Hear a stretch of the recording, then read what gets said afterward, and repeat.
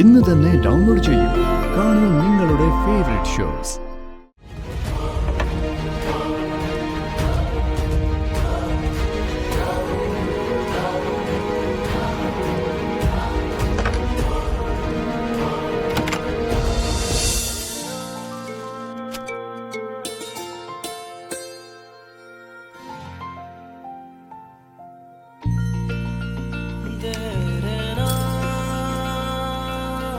ഇതാണ് സന്ധ്യയുടെ കഴുത്തിൽ നന്ദൻ അണിയിക്കാൻ പോകുന്ന താലിമാല. എങ്ങനെയുണ്ട്?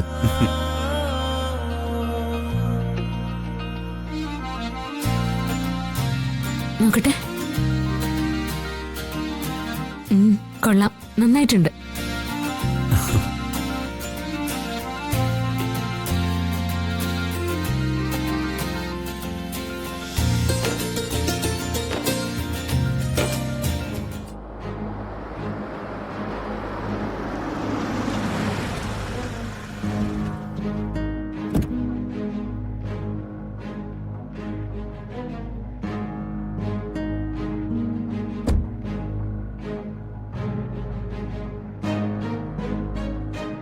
ഒരു പ്രധാനപ്പെട്ട ഇൻഫർമേഷൻ ഉണ്ട്. എന്താ? നെല്ലിശ്ശേരിയിൽ ആരെങ്കിലും ചത്തോ? അല്ല, സേതുമാധവൻ ഒരു ജുവലറി വന്ന് ഒരു താലിമാല വാങ്ങിക്കൊണ്ടുപോയി. എന്തിന്? മൂർത്തിയെ കുറിച്ച് അന്വേഷിച്ചില്ലേ? അന്വേഷിച്ചു. വിവരങ്ങളെല്ലാം കൃത്യമായി കിട്ടുകയും ചെയ്തു. നെല്ലിശ്ശേരിയിൽ കല്യാണത്തിന്റെ തയ്യാറെടുപ്പുകൾ നടക്കുക. ആരുടെ? മാഡത്തിന്റെ ഭർത്താവിന്റെയും ഡോക്ടർ സന്ധ്യയുടെയും കല്യാണത്തിന്റെ ഒരുക്കങ്ങളാണ് അവിടെ നടക്കുന്നത്.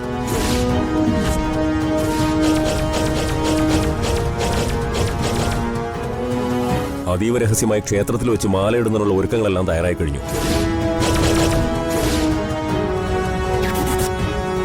സന്ദീപാണ് എല്ലാം ഏർപ്പാടാക്കിയത്. നമ്മൾ ആരും ഒന്നും അറിയാതിരിക്കാൻ അവർ പ്രത്യേകം ശ്രദ്ധിക്കുന്നുണ്ട്. നാളെ രാവിലെ 10 മണിക്ക് ക്ഷേത്രത്തിൽ വെച്ച് വിവാഹം നടത്താനാ അവരുടെ തീരുമാനം. മതി, എനിക്കിനി ഒന്നും കേക്കണ്ട. അങ്ങനെ എന്നെ ഇറക്കി വിട്ടിട്ട് അവളെ കല്യാണം കഴിച്ച് സുഖമായിട്ട് ജീവിക്കാൻ അയാളെ ഞാൻ വിടില്ല.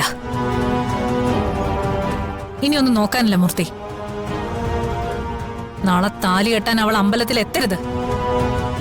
അതിനു മുമ്പ് അവളെ പൊക്കണം.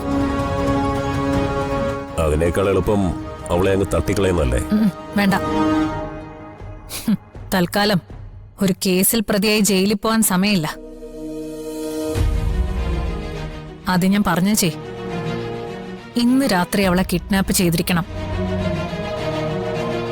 പിന്നെ എന്ത് ചെയ്യണമെന്ന് ഞാൻ അപ്പ പറയാം. പോയതിനുള്ള ഏർപ്പാടേ. ശരി.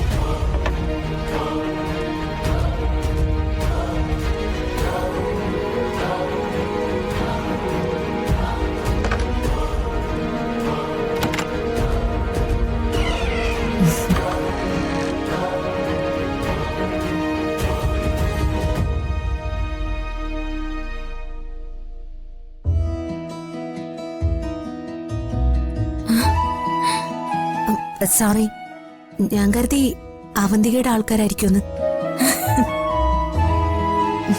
വാ കേറ്.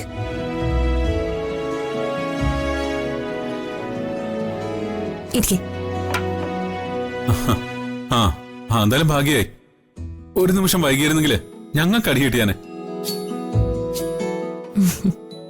ഇത് കൊള്ളാം. ഇങ്ങനെ ഒരാൾ തന്നെ നന്ദേട്ടൻ ചേരേണ്ടത്. നന്ദേട്ടനാണെങ്കിൽ ആരെങ്കിലും ഒന്ന് വഴക്ക് പറയാൻ തന്നെ പ്രയാസ. ഇതാവുമ്പോ ആര് വന്നാലും നേരിടാൻ ഒരു ഗുണ്ടാ സെറ്റപ്പ് ഉള്ളത് നല്ലതാ. കളിയാക്കിയതൊക്കെ മതി. പെണ്ണുങ്ങളൊന്നും പണ്ടത്തെ പോലെ അല്ലെന്ന് ഇപ്പൊ മനസ്സിലായില്ലേ? അത്യാവശ്യം വന്നാ ഏത് ശത്രുവിനെ നേരിടാനുള്ള ധൈര്യം അവർക്കുണ്ടാവും. അതിനുള്ള ആയുധങ്ങളൊക്കെ അവർ പലപ്പോഴും കരുതി വെക്കും, പ്രത്യേകിച്ച് ഇതുപോലെ ഒറ്റയ്ക്ക് താമസിക്കുമ്പോ.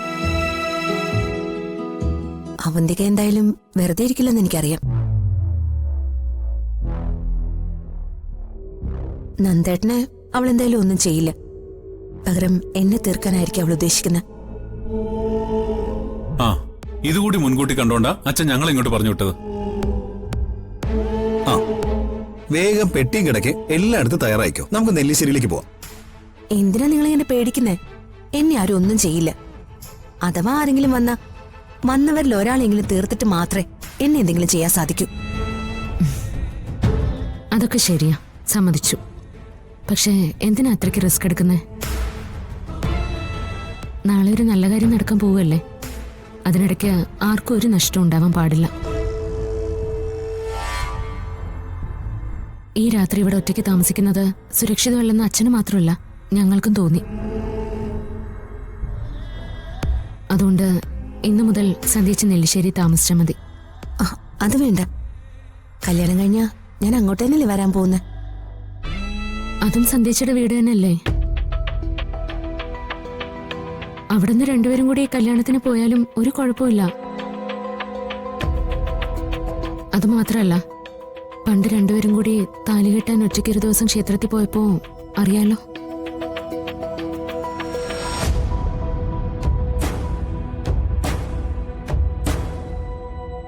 അതുപോലെയൊന്നും ഇനി ആവർത്തിക്കാൻ പാടില്ല. ഒരു പോറൽ പോലും ഏൽക്കാതെ നിങ്ങൾക്ക് രണ്ടുപേർക്കും പുതിയ ജീവിതത്തിലേക്ക് പ്രവേശിക്കാൻ കഴിയണം. ആ സ്ത്രീ ഇപ്പോ ഭ്രാന്ത് പിടിച്ച അവസ്ഥയിലായിരിക്കും. സന്ദേശിക്ക് അറിയാലോ, അവരെന്തൊക്കെ കാണിച്ചു കൂട്ടുമെന്ന് നമുക്ക് പറയാൻ പറ്റില്ല. ഒന്ന് രണ്ടുപേരെയൊക്കെ ചിലപ്പോ സന്ദേശിക്ക് നേരിടാൻ പറ്റിയേക്കും. പക്ഷെ ഒട്ടും ദയലാത്ത ആളുകളാ അവരും അവരോടൊപ്പമുള്ളവരും. അതുകൊണ്ട് നമ്മളൊരു പരീക്ഷണത്തിൽ നിൽക്കാതിരിക്കുന്നത് നല്ലത്. അതും ഇതൊന്നും പറയാൻ നിൽക്കണ്ട. ഞങ്ങളെ അച്ഛൻ പറഞ്ഞയച്ചു. സന്ദേശ് ഞങ്ങളുടെ കൂടെ വരുന്നു, നമ്മൾ പോകുന്നു. നാളെ ക്ഷേത്രത്തില് നമ്മൾ ഒരുമിച്ച് ചേർന്ന് തന്നെ പോകുന്നു, കല്യാണം നടത്തുന്നു. ഇനി സന്ധ്യച്ചി ഒന്നും ആലോചിച്ച് സമയം കളയണ്ട.